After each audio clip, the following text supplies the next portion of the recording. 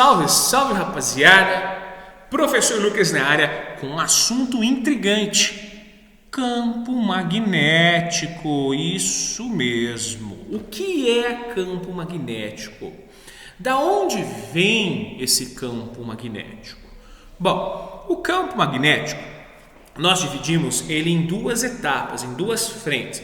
Eu posso trabalhar o campo magnético gerado por fontes, vamos dizer assim, naturais, fontes contínuas, que nós chamamos de ímãs, tá? Então, o campo magnético pode ser gerado por ímãs e ou por aceleração de elétrons, tá? Aí seria fontes de campo magnético, tá? Que no caso, como eu posso acelerar ou frear o elétron ou pará-lo, eu tenho como, vamos dizer assim, desligar esse campo magnético, tá? Então, a primeira ideia que você tem que ter na cabeça: existem campos magnéticos chamados de campos magnéticos naturais, tá? Que a gente pode imaginar como se fosse uma corrente com um campo contínuo, que não tem como apagar, desligar ele, que é o caso dos ímãs. Ou eu posso gerar campo magnético através de aceleração de elétrons, né? Ou seja, através de corrente elétrica. Sempre que eu tenho corrente elétrica, associado à corrente elétrica, gera-se um campo magnético, tá bom? Bom, o foco da aula 1 de hoje de campo magnético são os ímãs. Bom, o que são ímãs? Na realidade, o ímãs definido como um objeto capaz de provocar um campo magnético à sua volta, e pode ser natural ou artificial, tá? Quimicamente falando. Bom, então nós sabemos que, a grosso modo, nós temos ali um polo chamado de polo norte magnético, presta atenção nesse magnético, hein? E o polo sul magnético. E esse polo norte com o polo sul vão interagir entre si. Essa é a ideia geral, tá? De ímãs. Bom, o ímã natural é feito de minerais com substâncias magnéticas, como por exemplo a magnetita. E o ímã artificial é feito com materiais sem propriedades magnéticas, mas que pode adquirir permanentemente ou instantaneamente características de um ímã. Então, nesse caso, nós dizemos que ele foi imantado, né? Então, existem chaves de fendas imantadas, existem superímãs, conhecidos como ímãs de neodímio, que foram imantados, e assim por diante, tá? Bom, como que eu posso imantar um ímã? Como que eu posso deixar esse ímã artificial também com as características de um ímã? Simples, é só deixá-lo na presença de um campo magnético muito intenso. Isso aqui que é campo magnético? O campo magnético é esse campo de interação entre os polos de um ímã, tá? Eu vou abreviar esse campo magnético por Bzão. Tudo bem? Bom, esses ímãs, pessoal, da onde que surge, considerando os ímãs naturais, vamos pensar assim, tá? Pode ser os naturais também. Da onde surgem esses ímãs?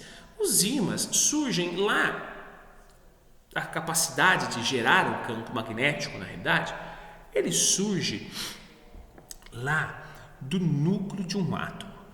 Vale lembrar que um átomo ele é constituído de prótons, nêutrons, bem densos aqui, né? E depois de uma eletrosfera. Ótimo! Bom, lá no núcleo, nós temos os prótons e os nêutrons. Mas ao contrário do que muita gente pensa, esses prótons e nêutrons não são bolinhas que ficam paradas, grudadinhas umas nas outras. Assim como os elétrons, elas estão orbitando, tá? E assim como os planetas, elas giram em torno do seu próprio núcleo, do seu próprio eixo. É isso mesmo. Tanto o nêutron quanto o próton, eles ficam girando em torno do seu próprio eixo. E esse giro, tá? Ele gera o que nós chamamos de spin magnético. Porque nós vimos que ao acelerar, né, eu acabei de falar para vocês, eu gero um campo magnético. Então, quando eu acelero cargas elétricas, eu gero um campo magnético. Não só cargas elétricas, no caso um nêutron. Então, quando eu acelero partículas, vamos dizer assim, essa aceleração de partículas, ele está girando, tem aceleração centrípeta. Então, a aceleração de partículas gera esse famoso spin, no caso magnético, tá? Bom, então, dependendo das substâncias, eu vou ter N números de nêutrons e N números de prótons, que vão girar em torno do seu próprio eixo, gerando assim spins, não é isso? Bom, se eu fosse pegar, por exemplo, um elemento com 100 propriedades magnéticas, o que acontece? Eu tenho um girando no sentido horário, outro girando no sentido anti-horário, né? Horário, anti-horário, de tal forma que quando eu giro no sentido anti-horário, eu tenho um spin que a gente pode ver aqui, um spin up. Tá? Se eu estou girando no sentido anti-horário, eu vou ter um spin chamado de spin down. Ok? Se o núcleo, vamos dizer assim, vamos chamar esses nêutrons e prótons, vamos facilitar um pouco a nossa vida. Vamos considerar o spin nuclear de forma geral. Se as partículas que constituem o núcleo girarem aleatoriamente, ou seja, parcela no horário, parcela no anti-horário, o que acontece? Eu vou gerar campos, vou gerar spins positivos e spins negativos, né? Spin ups e spin downs, de tal forma que o meu spin resultante vai ser zero. Se eu tiver um spin resultante igual a zero, nós dizemos que esse material não tem capacidade magnética, tá? Ou melhor, não tem campo magnético. Porém, se todo mundo girar ordenadamente, conforme a gente consegue verificar aqui na figura direita, né? A gente consegue verificar, ó, 1, 2, 3 ups e 2 downs. Opa, dá um resultante de um up, não é verdade? Se eu tenho um spin resultante diferente de zero, eu digo que esse material possui campo magnético, tá? Então vamos lá, resumindo até então.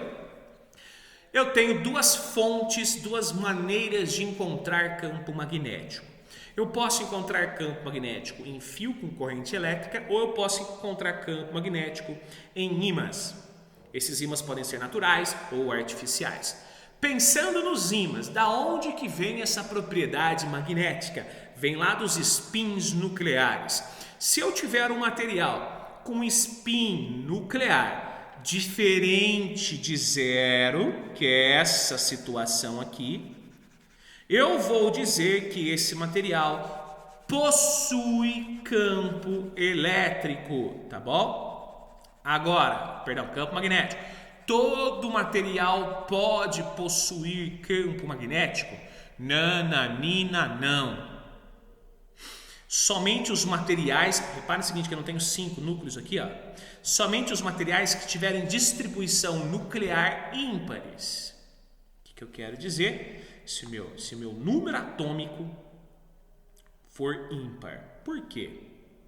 Porque se eu tiver, por exemplo, o hélio, tá? O núcleo do hélio não é formado por 2 prótons e 2 nêutrons. A tendência de quando eu tenho uma distribuição par nuclear é que eu tenha 2 spins ups, no caso estou dizendo 2 downs, e 2 ups. Essa é a tendência natural, sempre entrar em equilíbrio. Ou seja, o hélio é um gás, no caso, né? Mas é um elemento químico sem propriedades magnéticas. Ou seja, ele não é um ímã, nem natural e não consegue ser imantado. Também não pode ser artificial. Agora, se eu tiver uma estrutura, por exemplo, do hidrogênio, O hidrogênio, lá no núcleo, possui apenas um próton. Então, ou ele é up ou ele é down.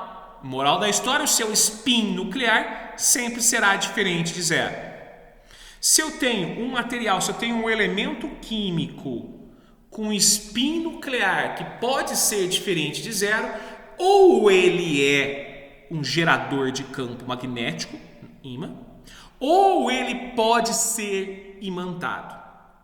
Tá bom? O hidrogênio é o exemplo clássico de pode ser imantado. Tanto é que a ressonância magnética, aquele exame de imagem médica que nós fazemos, nós seres humanos, eles medem na realidade o spin nuclear do hidrogênio do corpo. Nossa, meu corpo tem hidrogênio? Lógico, você não tem 90% de água no corpo? Água não é H2O.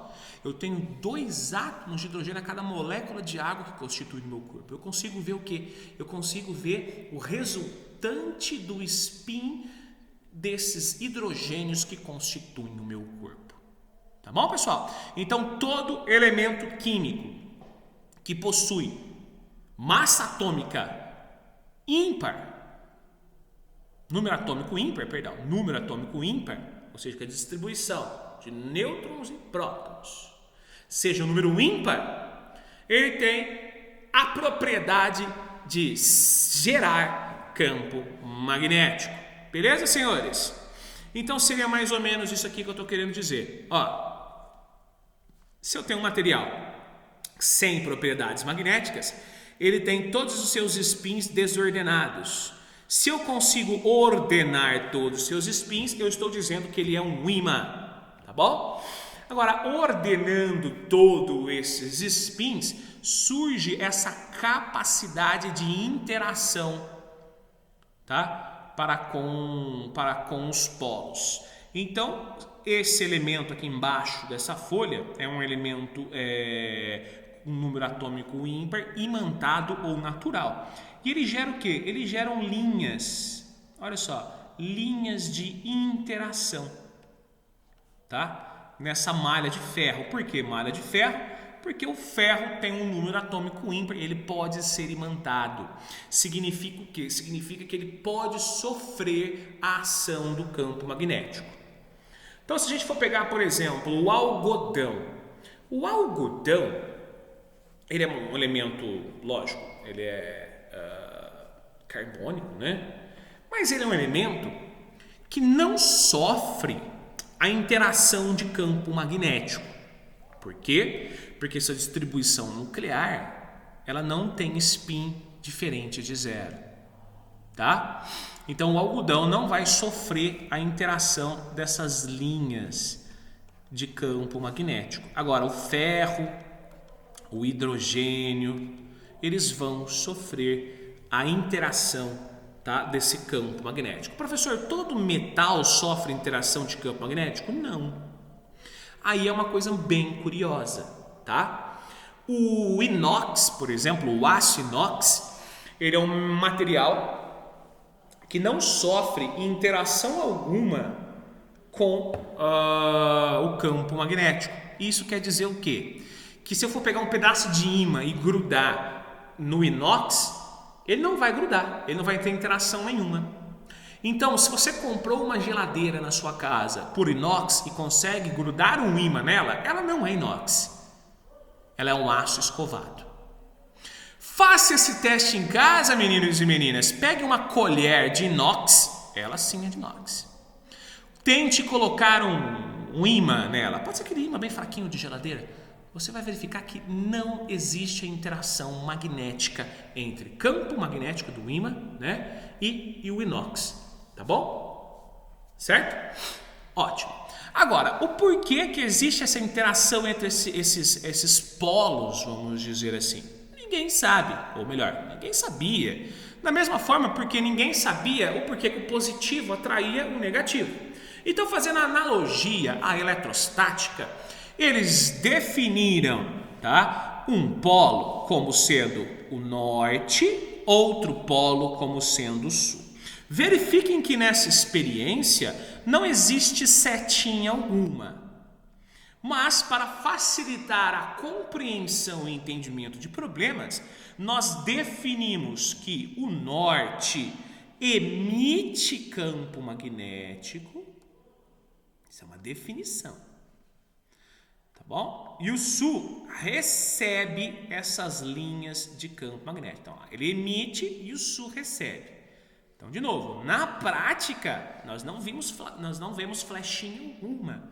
Mas, por definição, nós assumimos que o norte emite e o sul recebe essas linhas de campo magnético geradas por spins nucleares. Veja bem, não existem apenas spins nucleares, existem também spins eletrônicos. Porém, o spin eletrônico é uma intensidade muito pequena perto do spin nuclear. Então, por isso, para facilitar o entendimento, eu estou considerando aqui todo o campo magnético gerado por spins nucleares. Mas, se você for pesquisar mais profundamente aí nas literaturas, você vai encontrar também os spins nucleares que têm sua utilidade, mas não para essa aula, tá? Bom, agora, fazendo experiências, o que eles verificaram?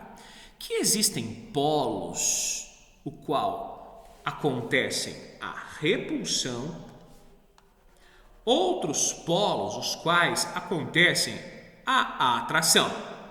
Então, fazendo analogia aí às cargas positivas e negativas, nós verificamos o quê? Que polos iguais se repelem e polos opostos se atraem. Isso quer dizer o quê? Se eu tiver o polo norte próximo do polo norte, repulsão. E se fosse o polo sul próximo do polo sul, repulsão. Já o polo norte com sul ou sul com norte, força magnética de atração. Tá bom? Por que existe essa atração? Por que existe essa repulsão? Porque o norte e o sul interagem positivamente, ou seja, as linhas saem do norte e chegam ao sul. Se eu tivesse dois nortes ou dois sus, por exemplo, ia existir uma competição entre esses campos magnéticos. No exemplo aqui que eu coloquei dois nortes, os dois querem chegar ao sul. Se eu tenho dois querendo chegar ao mesmo ponto, eu tenho o quê? Uma competição. Eu tenho uma repulsão, no caso, repulsão magnética, tá bom? Agora, como que eu posso saber, orientar qual polo é o norte, qual polo é o sul, se num experimento não aparece linha nenhuma para mim? Consigo orientar ele através do campo magnético da Terra. É isso mesmo, meninos e meninas. Na nossa Terra, no planeta Terra, eu tenho sim campo magnético. Lembra que no comecinho da aula eu falei para vocês que eu posso gerar campo magnético através de aceleração de cargas? Ou seja, através de corrente de íons, tanto faz ser positivo ou negativo. Então a teoria diz, por que eu estou falando teoria? Porque ninguém viu ou provou realmente se é isso ou não. A teoria diz que o núcleo da Terra, ele é formado, de plasma. O que é plasma, pessoal? Plasma é um gás altamente ionizado. Ionizado, íons, tem cargas. E esse gás, ele tem movimento. Por quê? O gás fica quente, sobe, esfria, desce. Quente, sobe, esfria, desce. Existem essas correntes de convecção lá no núcleo da Terra, que é muito quente, Principalmente com uma grande quantidade de ferro, bismuto, níquel e assim por diante. E esse plasma, por movimentar, gera o que nós chamamos de corrente. E toda corrente gera também campo magnético. Então, da onde vem o campo magnético terrestre? Vem da corrente iônica no núcleo da Terra. Essa corrente iônica gera um campo magnético. Hoje, esse campo magnético ele é variável, tá, pessoal? Ele não é algo constante, fixo, sempre nesse ponto. Mas esse campo magnético, hoje, olha só o que eu estou falando, não confunda com geografia, pelo amor de Deus. O campo magnético do planeta Terra tem o seu polo norte lá próximo da Antártida. O norte magnético da Terra está na Antártida. O polo sul magnético da Terra está próximo, ali a Groenlândia, ali mais ou menos, né? Eu estou falando em nomes para não confundir com os nortes e sus geográficos, tá? Então, de novo, o norte magnético da Terra está na Antártida. O sul magnético da Terra está lá na Groenlândia, ali próximo, tá? Lá, vamos dizer assim, lá para cima, né? Mas não é acima. Nossa, professor, mas por que o professor de geografia falou que o norte é acima da linha do Equador e o sul é abaixo da linha do Equador? Tá certo, meu professor? Está certo, mas está falando de norte e sul geográfico. Nós estamos falando aqui de norte e sul magnético. Presta atenção, meninos e meninas, tá? Bom, e esse campo magnético, pessoal, ele tem uma importância extrema na vida do planeta Terra. Por quê? Porque nós vamos aprender futuramente que quando eu tenho uma partícula acelerada na presença de um campo magnético, existe uma força de interação entre elas.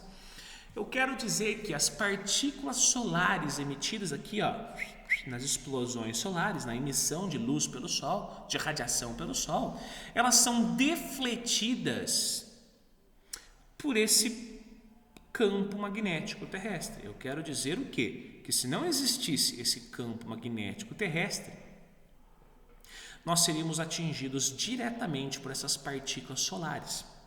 Ou seja, nesse caso, não existiria vida no planeta Terra. Então, o campo magnético é muitas vezes desprezado por todos nós, mas o campo magnético é, na realidade, a principal, olha só o que eu estou falando, ele é o principal fator para que exista vida no planeta Terra. Sem o campo magnético, todo mundo morre.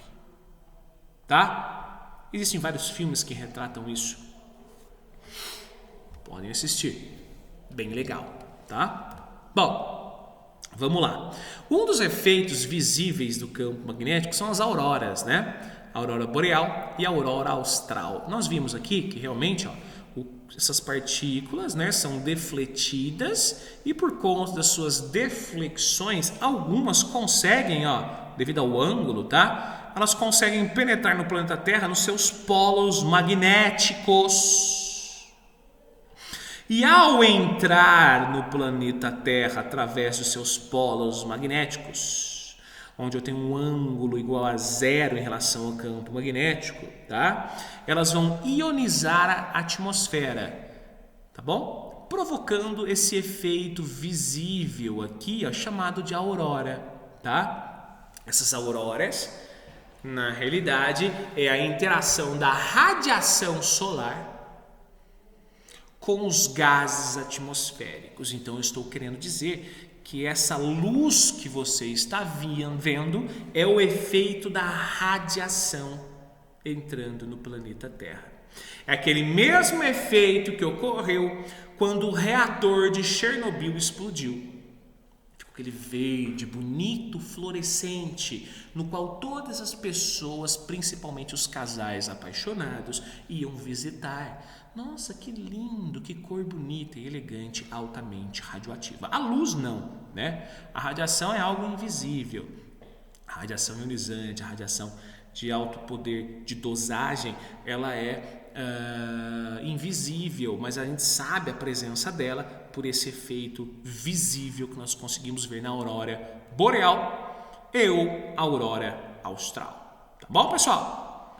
Beleza. E através desse campo magnético, tá? A gente consegue também, né, nos orientarmos no planeta Terra. Por quê? Nós podemos usar uma bússola, tá bom? E o que é uma bússola na realidade? Na realidade, uma bússola nada mais é do que um pedaço de imã que obedece ao campo magnético terrestre. Como é isso, professor? Não estou entendendo direito. Vem comigo. Olha só. Nós acabamos de fornecer, de avaliar que O planeta Terra é como se fosse um imenso ímã, que tem o seu polo norte geomagnético aqui na Antártida, não é isso? E o seu sul magnético aqui perto da Groenlândia, não é isso? Lá em cima da Groenlândia.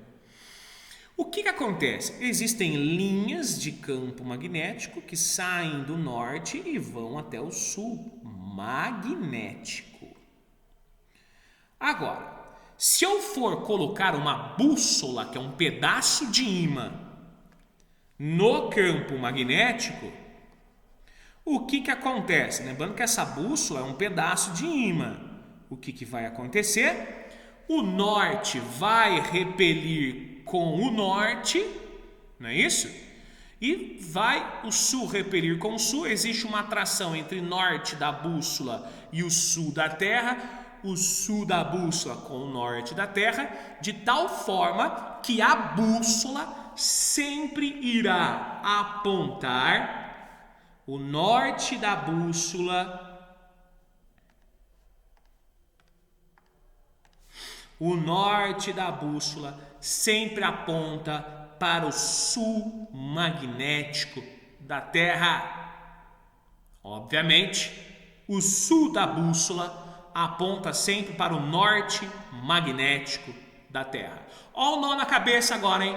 Por isso eu posso dizer que o sul magnético da Terra é o meu norte geográfico, ou o norte magnético da Terra é o meu sul geográfico, tá bom? O geográfico é onde a bússola aponta. O magnético está associado às correntes iônicas nucleares do planeta Terra, tá? Então vamos lá de novo. O norte da bússola é o norte geográfico, tá bom? E ela aponta para o sul magnético da Terra.